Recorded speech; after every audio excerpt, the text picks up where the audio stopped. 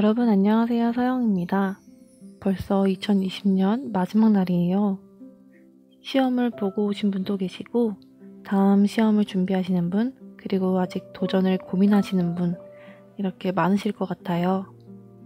어떤 위치에 어떤 환경에 있든 지금 천천히 여러분들의 길을 찾아 걸어다니고 있는 거니까 너무 낙담하지 마시고 행복해질 날이 온다는 걸 꼭 말씀드리고 싶어요. 저 역시도 지금 편입이 끝난 후에도 아직도 제 인생 진로를 찾고 있는 것처럼요. 아무튼 요새 고민 댓글이나 아니면 많이 힘들어하고 마음 고생하고 있는 여러분들의 메일을 보면서 그래도 조금이라도 도움이 드릴 수 있는 게 없을까 고민을 하다가 이 영상을 만들게 되었어요. 예전에 영상 중에 편입 공부할 때 스케줄을 짜서 보내드린다는 영상을 만든 적이 있는데 제가 매일 유튜브를 확인하고 보내드릴 수 없는 게 죄송해서 이렇게 영상으로 띄워서라도 좀 더 빠르게 보실 수 있으면 좋을 것 같아서 만들었어요. 사실 제가 그냥 했던 루틴들이라서 아주 작은 도움, 희망만이라도 드릴 수 있다면 저는 만족합니다. 한 분이라도 이 영상을 보고 조금이라도 자신의 공부 방향에 보탬이 되었으면 좋겠습니다. 저번에 보내드린 스케줄과 내용은 비슷하지만 만약 편입 공부를 내가 1월달에 시작했다면 어땠을까? 라는 내용도 조금 추가했어요. 자, 그럼 이제 시작할게요. 제가 했던 공부 스케줄, 루틴을 정리해 봤습니다. 다른 영상에서도 말씀드렸지만 수험 기간 동안 자책하지 않고 하루하루 살아가는 사람이 끝에 좋은 결과를 내는 것 같습니다. 오늘 본 모의고사, 문제지 등의 점수로 일희일비하지 마시고 화이팅입니다. 저는 5월달부터 본격적으로 시작했기 때문에 5월부터 6월 기준으로 시작했다고 생각하시면 될 것 같습니다. 제 개인적으로 효과를 봤던 공부 루틴이기 때문에 정답은 아닙니다. 꼭 공부하시면서 자신에게 맞는 공부 스케줄을 찾아가시는 것을 추천드립니다.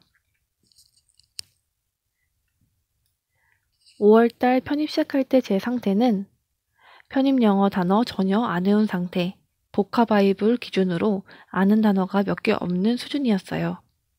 토익 같은 경우는 리스닝, 리딩 파트를 공부해왔고 또 편입 영어 준비하면서도 토익은 지속적으로 계속 봐야겠다라는 생각으로 시작하게 되었어요. 5월, 6월부터 시작한 루틴은 우선 저는 어휘가 너무 부족하다고 생각했기 때문에 어휘, 독해 위주로 공부를 했고 또 가장 중요한 걸 엉덩이 붙이는 연습을 했습니다.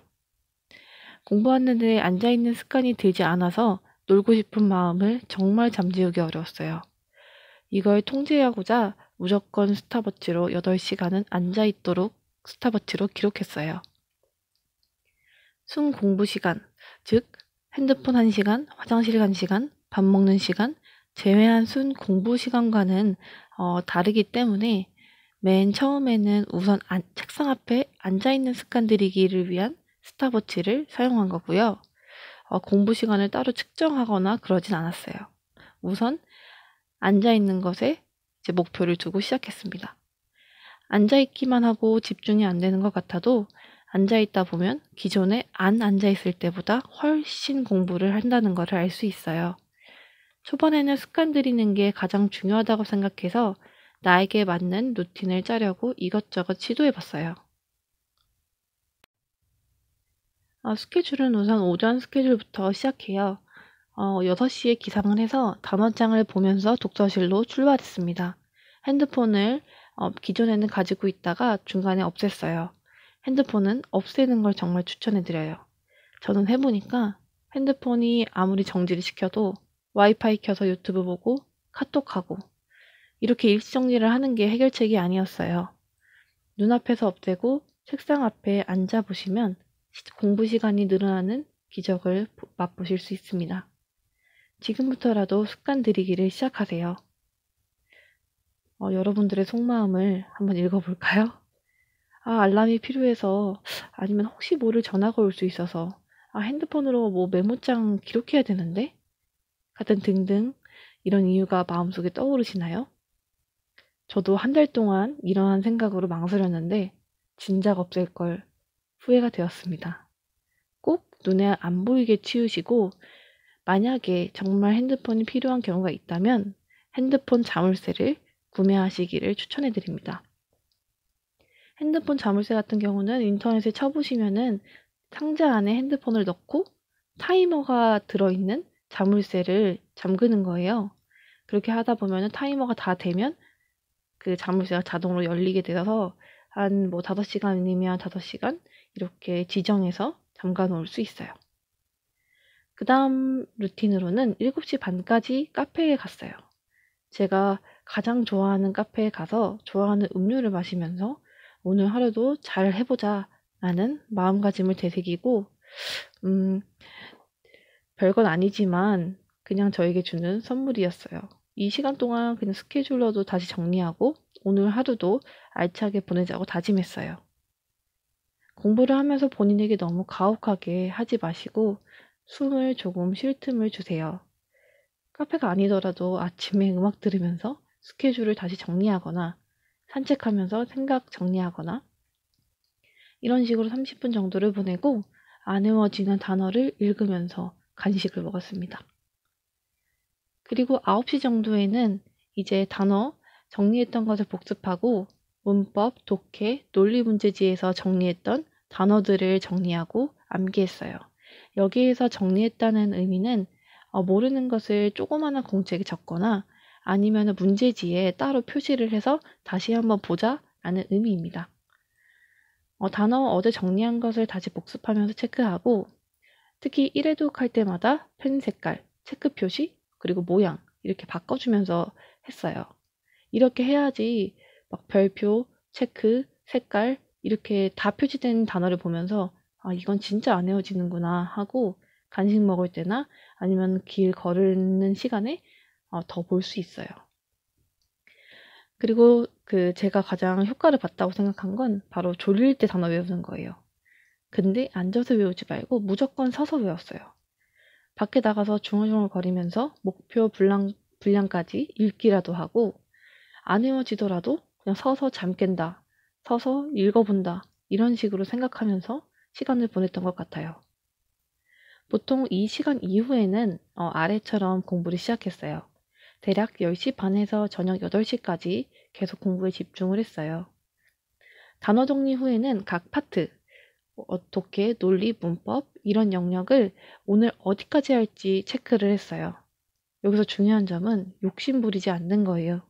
최소한의 양을 정해서 하는 거예요. 보통 저희는 최대한 양의 그 스케줄을 정해서 쓰게 되는데 그러면은 집에 갈 때 자괴감이 들고 집에 가서도 편하게 쉴 수가 없더라고요. 뭐 너무너무 최소 뭐 한 장 풀기 뭐 한 문제 풀기 이런 식은 안 되겠지만 본인이 할 수 있는 그런 양을 정해서 자책하지 않도록 목표량을 설정해 주세요. 초반에 시행착오를 겪더라도 이게 지금 나의 적합한 목표량을 찾기 위해서 하는 과정이니까 이렇게 해보자 라는 생각으로 하셨으면 좋겠어요. 만약에 이렇게 하지 않으면 한 번에 이거를 다 해야 된다 생각하게 되고 결국 이건 좌절감으로 증가하게 되고 그리고 결국 슬럼프로 빠져서 내가 이거 편입 도전하는 거 맞아? 이 생각으로 다시 원상복귀 되더라고요. 예를 들어 독해 20지문, 논리 20개 이런 식으로 정리 후 만약 생각보다 이게 빠르게 끝났다면 추가 분량을 하는 방향으로 공부를 정해주세요. 문제집 몇 장 풀겠다라는 목표는 저는 개인적으로 설정하지 않는 게 좋았던 것 같아요. 이렇게 장수로 하다 보면은 문제 풀다가 뒤에 몇 장 남았나 세보고 이렇게 되더라고요. 문제집 빠르게 돌리기가 목적이 아니니까 지문수로 하시는 것을 추천해 드립니다. 문제집, 기본, 기초 문제집 풀면서 너무 답답하고 답지가 봐도 이해가 안 되는 부분은 인강을 신청해서 수강을 했어요. 예를 들어 독해 영역 같은 경우는 방문각 독해 영어 신청해서 들었었어요. 모든 영역을 다 들은 게 아니라 문제를 풀다가 이 지문은 도저히 무슨 말인지 모르겠다. 이거 문법은 이런 게 어떻게 되는 거지? 이런 궁금증이 쌓인 부분만 골라서 들었습니다. 그 그다음 저녁 8시부터는 복습을 하기 시작했어요. 오늘 푼 영역, 그리고 어휘 다시 복습하고 다시 봐도 오래 걸리면 다시 공책에 정리했어요. 이때 중요한 게 어휘를 다 까먹었어도 실망하지 않고 또 보는 거예요. 아마 80%는 다 기억이 안 날 거예요.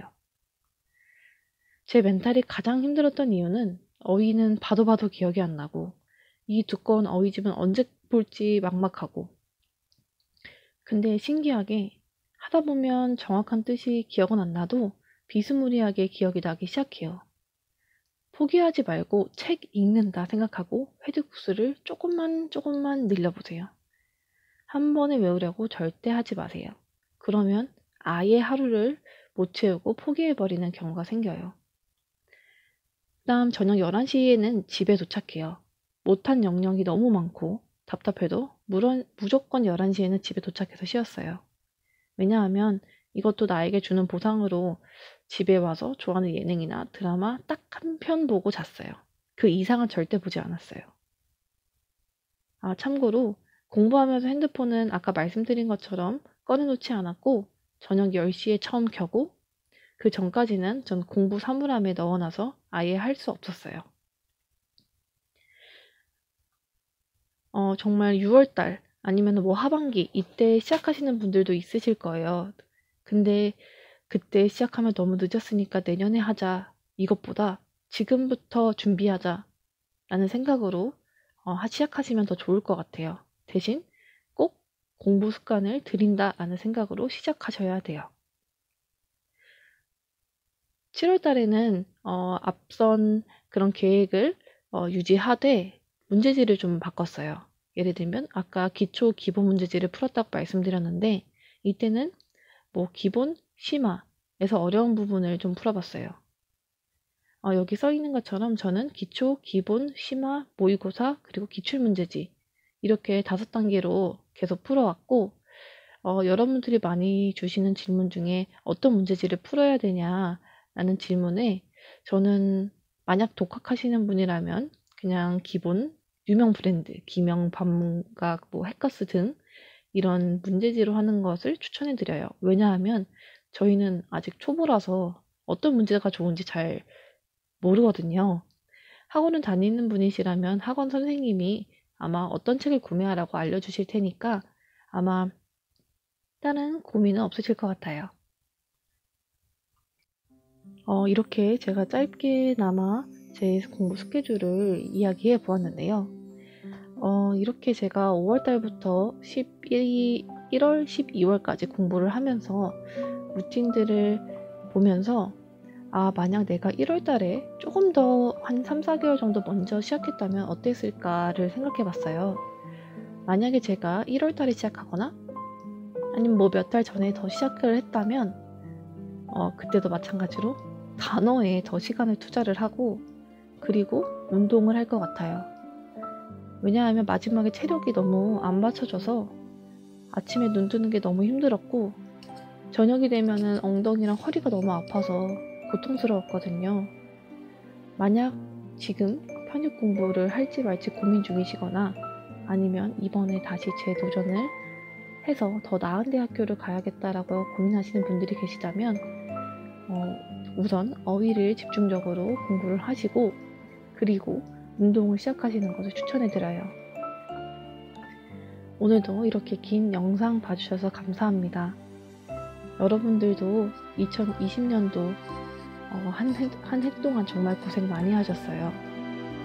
지금 아직도 저희의 인생을 찾기 위해서 걸어가는 중이지만 저희 인생에도 곧 밝은 날이 올 거라고 믿어요. 그럼 오늘도 영상 봐주셔서 감사합니다.